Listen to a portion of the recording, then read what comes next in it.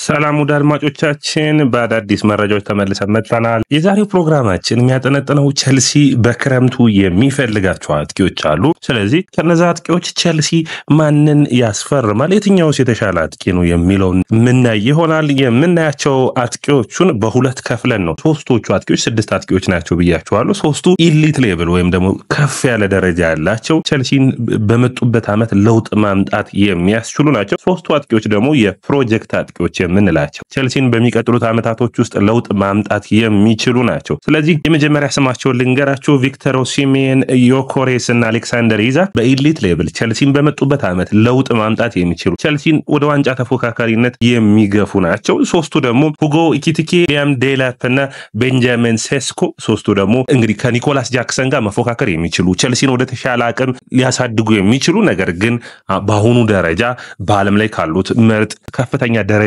ያላቸው አጥቂዎች ናቸው መባል የማይችሉ ናቸው። ወደ አድማጮቻችን እናንተ ከነዚህ 6 አጥቂዎች ቸልሲ ቢያስፈርመው ብላችሁ የምታስቡትን እንግዲህ 6ቱን ደርድሯቸው። ሜቢ ከ6ቱ አጥቂዎች አንዱ ያለ መልቀቅ ዕድል ሊኖረው ይችላል። አሌክሳንደር ኢዛክ ከኒውካስትል የሚለቅበት ዕድል ጠባብ ሊሆን ይችላል። ምክንያቱም ኒውካስትል በቻምፒዮንስ ሊግ የሚሳተፍ ከሆነ የሚጠይቁት ዋጋ ከፍተኛ ስለሆነ ብዙ ክለቦች የመክፈል እሱን ፍላጎት የላቸውም። ስለዚህ ከነዚህ ሌሎቹ አጥቂዎች ማንን ምርጫችሁ ነው?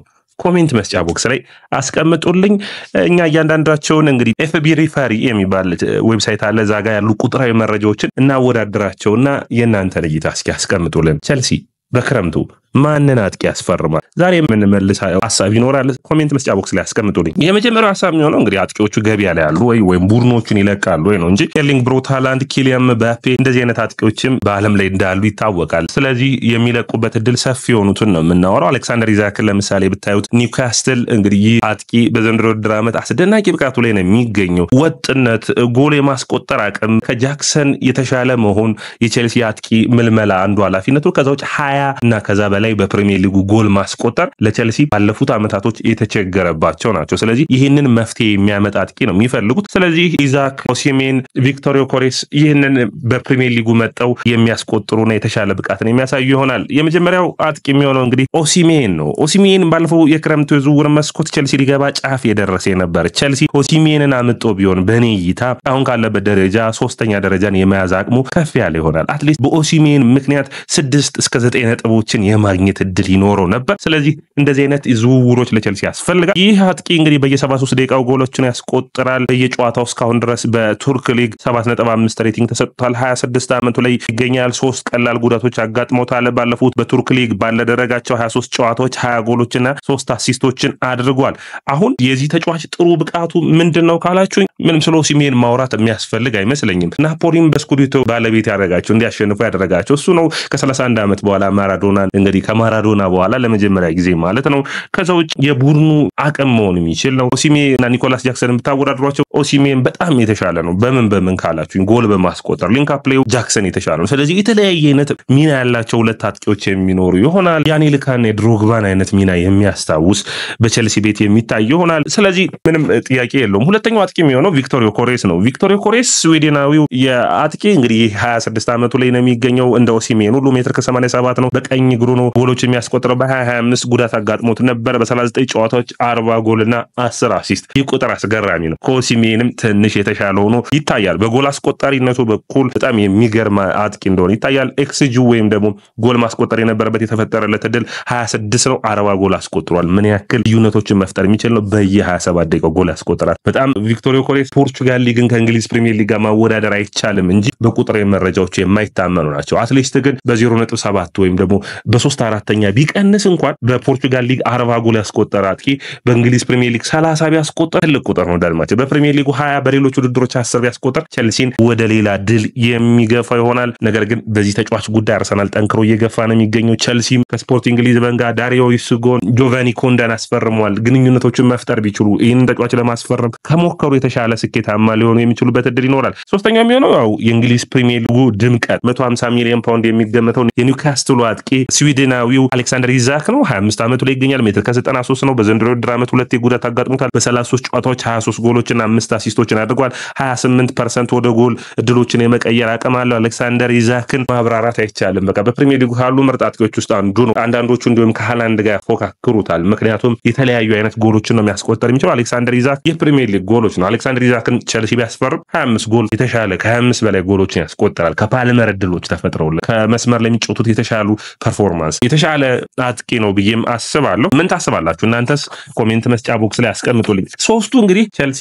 ኢሊት ብሎ የሚፈልጋቸው ናቸው ከሶስቱ በእናንተ እይታ ቸልሲ የትኛው የተሻለ ቢያስፈርም ይችላል በማስፈረም ድል ወደ ቸልሲ በመምጣት እድላቸው አሁን ባሉት መረጃዎች ተመርኩዘን ስናየው ኦሲሜን የተሻለ እድል አለው ብዬ አስባለሁ ወደ ቸልሲ የሚሄድ ዮኬሬስ ወደ አርሰናል ነገር ግን የዝውውር መረጃዎች ባንዴ እንደሚለውጡ ታውቃላችሁና ቪክቶር ዮኬሬስም የመምጣት እድል ሊኖረው ይችላል ስለዚህ የተሻለው ግን ብዬ የማስበው ደግሞ በአጥቂ ብቃቱ ቪክቶር ዮኬሬስ ነው ብዬ አስባለሁ ኦሲሜን የተሻለ ነው ነገር ግን በቡድኑ ሁኔታ በተለያዩ አይነት ፈተናዎች ከኦሲሜን ይልቅ ቪክቶር ዮኬሬስ በሆኑ ያክል ቁጥሮችና በሆኑ ያክል መጠኖች የተሻለ ነው ለምሳሌ በምን አይነት ልዩነት እንዳላቸው እያንዳንዳቸውን በቁጥራዊ መረጃዎች የምናወዳድራቸው ይሆናል በቀጥታ ሶስቱ ደግሞ ተስፈኛ አጥቂዎችን እነማን ናቸው ብለን ስናስብ ሊያም ዴላፕ ነው የመጀመሪያው የሚሆነው ዴላፕ የእንግሊዝ ፕሪሚየር ሊግ ልምድ ያለው ነው አንደኛ ሁለተኛ አሰልጣኙ ከሆኑ ከኤንዞ ማሬስካ ጋር አብረው የመስራት ታሪክ አላቸው ምን የተለየ ነገር አለው ሊያም ዴላፕን የሚያስፈልግ ካላችሁኝ ጎል አሲስት በማድረግ ሊያም ዴላፕ ከሌሎች አጥቂዎች ደካማ ቡድን ውስጥ ነው የሚጫወተው ስለዚህ ይህ ብቃቱ ራሱ የሚያሳየው ነው የሚሆነው በኔ እይታ ከዛ ውጭ 12% ሹት አኩሬሲ ያለው ጎሎችን ለማስቆጠር ከቪክቶር ዮኬሬስ ከነይዛ ጋር ስታወዳድሩት ቁጥሮቹ ደከም ብለው ሊታዩት ይችላልላችሁ ነገር ግን በፕሪሚየር ሊጉ 10 ጎሎች አሉት ያ ጥሩ የሚባል ነው ሌላኛው መረጃ የሚሆነው እንግዲህ ሊያም ዴላፕ 22 ዓመቱ ላይ መገኘቱ ነው ሜትር ከ86 ነው ወራጅ ቀጠና ካለ ቡድን ውስጥ 17% ሹት የመቀየር አቅም አለው በ220 ደቂቃዎች ጎሎችን ያስቆጥራል ስለዚህ ዴላፕ ከሶስቱ ደግሞ የምናወዳድራቸው የትኛው የተሻለ ነው ብለን ስናይ ዴላፕ የተሻለው ነው የምናየው ይመስለኛል ሁለተኛው የሚሆነው ቤንጃሚን ሴስኮ ነው ሴስኮ ባለፈው ውድድር ዓመት በብዙ ቡድኖች ይፈልግ ነበር በዘንድሮ ውድድር ዓመት አሁንም አርሰናል ማንቸስተር ዩናይትድ ቸልሲ ይፈልጉታል አሁን በክረምቱ ዝውውር መስኮት ምንድነው አስቸጋሪ የሚያደርገው ካላችሁ ሊቨርፑል አርሰናል ማንቸስተር ዩናይትድ ቸልሲ አራቱም ትልልቆቹ ቡድኖች አጥቂ ይፈልጋሉ ስለዚህ ቸልሲ ቀድሞ እንቅስቃሴ ማድረግ ይጠበቅበታል ቤንጃሚን ሴስኮ አሁንም 21 ዓመቱ ነው ሜትር ከ95 ሴንቲሜትር ነው ቁመቱ ከዛው 37 ጨዋታዎችን አድርጎ 10 ጎልና 5 አሲስት በቡንደስሊጋው ነው በየሊጋቸው ነው እየነገርኳችሁ ያሉት ቁጥሮችን 19% ነው የመለወጥ አቅሙ ትንሽ ከዴላፕ የተሻለ ነው ነገር ግን ሊጉን ደግሞ ይዩት ቡንደስሊጋ ነው የሚጫወተው ይሄኛው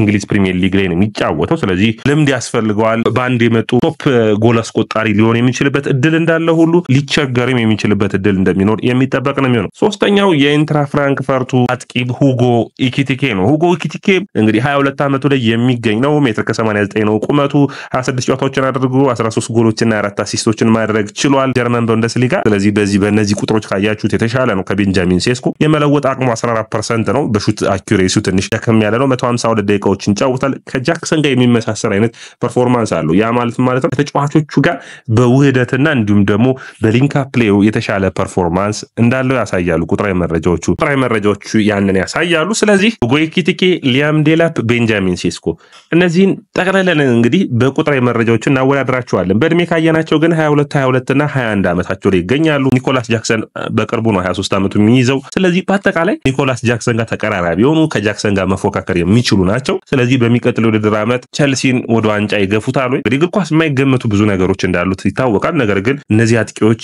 በፍጥነት ወደ ፕሪሚየር ሊጉ ተላምደው ውጤትን የሚያመጡ ናቸው ወይ የሚለው አሳሳቢ ነው የሚሆነው በአጠቃላይ እንግዲህ እያንዳንዳቸውን ተጫዋቾች በሚፈጥሩት ነገር እናወዳድራቸውና እንግዲህ አንደኛ የመጫወቻ ጊዜ ባለመጎዳት the best performance is availability ይላሉ ማለት ምርጡ ብቃትህ አለመጎዳት ነው አፍተር ኦል እየተጫወትክ ከሆንክ ጎሎችን ማስቆጠር ትችላለህና ስለዚህ መጫወት መቻሉ በጣም አስፈላጊ ነው ስለዚህ በዚህ ካየነው ቪክቶር ዮኬሬስ ከሁሉም ተመራጭ ነው ጉዳት የማያጠቃው ነው ቪክቶር ዮኬሬስ ብዙ ይጫወታል ማለት ነው የመጫወቻ ጊዜውም ብዙ ደቂቃዎችን ያገኝቷል ከሱ በመቀጠል ሊያም ዴላፕ መነሳት የሚጠበቅበት ነው በቀጣይ የምናወዳድራቸው እነዚህን ተጫዋቾች እንግዲህ ጎል ኮንቨርዥን አሲስት በማድረግ ብዙ ጎሎችን በማስቆጠር ዮኬሬስ አንደኛ ነው 30 ጎሎችን አስቆጥሯል ኦሲሜን ሁለተኛ ነው 20 ነው ኢኪቲኬ 13 ነው አይዛክ 19 ነው ዴላፕ እና ሴስኮ 10 ናቸው ስለዚህ ሶስቱም የሚፎካከሩ ይሆናሉ ኢሊት አጥቂዎቹ አሲስት በማድረግ ዮኬሬስ አሁንም ቀዳሚ ነው 6 አሲስቶችን አድርጓል ዴላፕ ደካማ ቡድን መጫወቱን እዚህ ጋር እንዲትዙልኝ ይፈልጋሉ ፕላስ አሲስት ዮኬሬስ የተሻለ ነው 36 የጎል ተሳትፎች አለው ከዛ በመቀጠል ኢዛክ ይቀጥላል ሹት ኦን ታርጌት የማድረግ የሚመቷቸው ምቶች ኦን ታርጌቱን የመጠበቅ አቅም ካያችሁ አሁንም ዮኬሬስ እና አይዛክ ነው የሚወዳደሩት። አሌክሳንደር ኢዛክ እና ቪክቶር ዮኬሬስ በጣም ተቀራራቢ ነው። ነገር ግን አንድ ልብ ልትሉት የሚጠበቅባችሁ የዮኬሬስ ቁጥሮች የተሻሉ ቢሆኑም የአሌክሳንደር ኢዛክ ግን በፖርቹጋል ሊግ የመጡ አይደሉም፣ በእንግሊዝ ፕሪሚየር ሊግ ናቸው። ስለዚህ አይዛክ የተሻለ አጥቂ ነው የሚባለው ለዛ ነው ከዮኬሬስ አንፃር። ለምን በእንግሊዝ ፕሪሚየር ሊግ ፕሩቭን የሆነ ነው። የዮኬሬስ ቁጥሮች ወደ እንግሊዝ ፕሪሚየር ሊግ ሲመጡ የመቀነስ እድል በሚገባ አላቸው። ስለዚህ አሌክሳንደር ኢዛክ ሹት ኮንቨርሽኑ 46 ነው፣ ቤንጃሚን ሴስኮ 46 ነው። ዴላፕ እና ሴስኮን ስታወዳድሩ ደግሞ አሁንም የዴላፕ ቁጥሮች የተሻሉ የሚያደርጋቸው ምንድነው በእንግሊዝ ፕሪሚየር ሊግ የመጡ ናቸው። በደካማ ቡድን ውስጥ ተጫውቶ ያመጣቸው ናቸው። ኦሲሜን 40.6 ነው። ከዛ ውጭ ሁጎ ኤኪቲኬ 36.7 ነው። ኤኪቲኬ ሹት በማድረግ ነው ታርጌት በመጠበቅ በኩል ደካማ ነው። አሁን እዚህ ጋር ነው ቸልሲ የሚፈልገው አንዱ መለኪያ ሹት የሚያደርግ ቡድን ውስጥ የለም። ወደ ጎል የሚመታ አጥቂ ይፈልጋል። እነዛን ቁጥሮች የሚያሳኩ ነው አይታዩም። ከሳጥን ውጭ ሹት በማድረግ የተሻሉ አጥቂዎችና ሹት በማድረግ ደግሞ ለውጦችን ማምጣት መቻሉ። አሁን በእነዚህ ሁሉ እንግዲህ ቪክቶር ዮኬሬስ የተሻለ ሆኖ ነገር ግን ሹት ካደረጋቸው ውስጥ ጎል ምን ያክል አስቆጥሯል ነው ዳድማዎቻችን። አሌክሳንደር ኢዛክ 0.25 ነው። ይሄ ከፍተኛ ቁጥር ነው ዳድማዎቻችን። ዮኬሬስ 0.17፣ ሴስኮ 0.17፣ ኦሲሜን 0.14፣ ዴላፓን 0.14፣ ሁጎ ኤኪቲኬ 0.13 ስናወዳደራቸው አሁን እዚህ ጋር አይዛክ በፕሪሚየር ሊጉ ነው ራሱ የተሻለ ጎል አስቆጣሪ እንደሆነ ያሳያል። የሚመታቸው ምቶች በሚመታቸው ምት ብዛት ቢያንስም ጎል ግን የመሆን ዕድላቸው ከፍተኛ ነው። ያ በጣም የሚገርም ነው። እዚህ ጋር ሴስኮን ማድነቅ ይቻላል። ሹት የማረጋግሙ የሴስኮ ከፍተኛ ነው። ነገር ግን ፖርቹጋል ሊግ መሆኑ ይታወቃል። ሴስኮ ከሳጥን ውጭ ጥሩ አጥቂ ነው። ሹት የማረጋግም አለው። የሴስኮ ችግር ሳጥን ውስጥና ደግሞ ክሊኒካል ጨራሽ አይደለም ነው የሴስኮ ችግሩ የሚሆነው። ሌላም እንደዛ አይነት ችግር አለበት። ኤኪቲኬም ሶስቱም ታዳጊዎቹ አጥቂዎች ገና ፕሩቭን የሆነ ክሊኒካል አጥቂዎች አይደሉም። ኦሲሜ፣ ዮኬሬስ እና አይዛክ ደግሞ የተሻሉ አጥቂዎች ናቸው። ስለዚህ ብንደረድራቸው በሹት በማድረግና ጎሎችን በማስቆጠር አቅም ለቸልሲ በሚያስፈልገው አንጻር አይዛክ፣ ዮኬሬስ፣ ኦሲሜን፣ ዴላፕ፣ ሴስኮ፣ ሁጎ ኤኪቲኬን ማስቀመጥ እንችላለን። በአጠቃላይ ግን በሊንክአፕ ላይ ፓስ በማድረግ ደግሞ ኤኪቲኬ የተሻለ ነው። በጣም የተሻለ አጥቂ ነው። እዛም ነው አሁን ኤኪቲኬ በክሪስታል ፓላስ በሌሎች ቡድኖች ውስጥ ቢገቡና 1 ዓመት 2 ዓመት ተጫውተው 100 ሚሊዮን ፓውንድ የሚያወጡ የሌላ ቡድን አጥቂ ሊሆኑ ይችላሉ። ኒውካስትል አይዛክን ከመፈለጉ በፊት ሁጎ ኤኪቲኬን ይፈልግ ነበር። ሁጎ ኤኪቲኬ ፒኤስጂ በፒኤስጂ ጥሩ ብቃቱን አለማሳየትን ተከትሎ ወደ ኢንተር ፍራንክፈርት አቀና። ስለዚህ የዚህ አካል በጊዜው ፒኤስጂ ኪሊያን ምባፔ መኖሩ ነው ጫና ውስጥ ያስገባው። የተሻለ ሊንክአፕ ላይ አጥቂ ነው። ስለዚህ የተሻለ ብቃቱን የምናይበት እድል ሊኖር ይችላል። እዚህ ውስጥ ያልተካተቱ አጥቂዎች አሉ። ኮሎሙአኒ አንዱ ነው እንግዲህ በሌሎች ቡድኖች ሊፈለግ የሚችል ነው። የጁቬው አጥቂ ዱሳን ቪያሎቪች እዚህ ውስጥ መካተት የሚችል አጥቂ ነው። ነገር ግን የተሻሉ ከሚባሉት ውስጥ የተካተቱ አይደሉም። አጠቃላይ ግን በእናንተ እይታ ማን የተሻለ አጥቂ ነው ብላችሁ ታስባላችሁ? ኮሜንት መስጫ ቦክስ ላይ አስቀምጡልኝ። እኔን ግን የመጨረሻውን ያልኳችሁን ቁጥራዊ መረጃ የሚያሳዩትን አይቼ ኦሲሜን የተሻለ ፖቸር የሆነ አጥቂ ነው። ቪክቶር ዮኬሬስ እና አይዛክም እንደዚሁ። ከሶስቱ አጥቂዎች አንዱን ማስፈረም ለቸልሲ ኢሊት የሆኑ አጥቂዎች ማስፈረም ነው። በጣም የተሻለ ነው የሚሆነው። የትኛው ቸልሲ የሚመጣ ይመስላል አሁን በዝውውር ካላችሁ እንግዲህ ኦሲሜን ሊመጣ የሚችልበት እድል ሰፊ ሊሆን ይችላል። በሶስቱ ደግሞ ታዳጊዎች አጥቂዎች ከምንላቸው ደግሞ ከሶስቱ ሊያም ዴላፕ ቸልሲ የመምጣት እድሉ በጣም ሰፊ ነው። ሊያም ዴላፕ ማስፈረም የተሻለ ነው ወይ? የተሻለ ነው ሴስኮን እና ሁጎ ኤኪቲኬን ከማስፈረም። ለምንድን የፕሪሚየር ሊግ ልምድ ያለው ነው። 40 ሚሊዮን ፓውንድ ነው። ለቸልሲ ቀላል የሚባል የዝውውር መስኮትን ሊሆን ይችላል። ውድ አድማጮቻችን እናንተ ከስድስቱ ተጫዋቾች አንፃር ምን ትላላችሁ? በሐሳብ ልንለያይ እንችላለን። ያው እንግዲህ የኔን ግምት ነው ያቀረብኩላችሁ። ይህ ያያ ስፖርት ነው። ላይክ፣ ኮሜንት፣ ሰብስክራይብ ማድረጋችሁን አትርሱ።